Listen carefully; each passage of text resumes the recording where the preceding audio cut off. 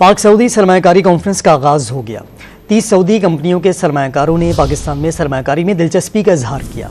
Saudi नायब वज़ीर ख़ारजा ने कहा, पाकिस्तान को सरमायाकारी के लिए इंतहाई मौजू समझते हैं।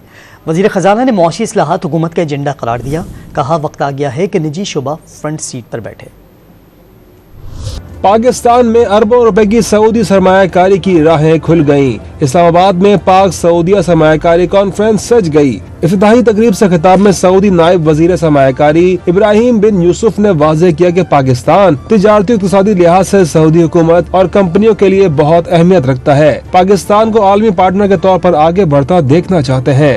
Government and Saudi companies, Pakistan is considered a high priority economic investment and business opportunity, and we would like to see Pakistan as one of our leading international partners.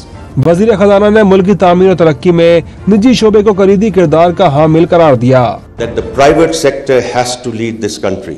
If we genuinely believe कि private sector has to lead the country, तो private sector को आगे बैठना चाहिए और ministers और bureaucrats को हमें पीछे बैठना चाहिए। पाक सऊदी शराकतदारी के फोकल पर्सन और वफाकी वजीर मुसद्दिक मलिक ने शुमाली इलाका जात की सयाहत पर सरमायाकारी को बेहतरीन ऑप्शन करार दिया। But we have another tourism in Pakistan, which is family tourism, which is experiential tourism, and what we are trying to build now is an integrated experience of tourism. We have private sector parties on both sides which can put their heads together and build that experience and strengthen that journey as well. National coordinator SIFC lieutenant general Sarfaraz Ali ने बावर कराया, Pakistan Saudi अरब के एहसानात कभी नहीं भूल सकता।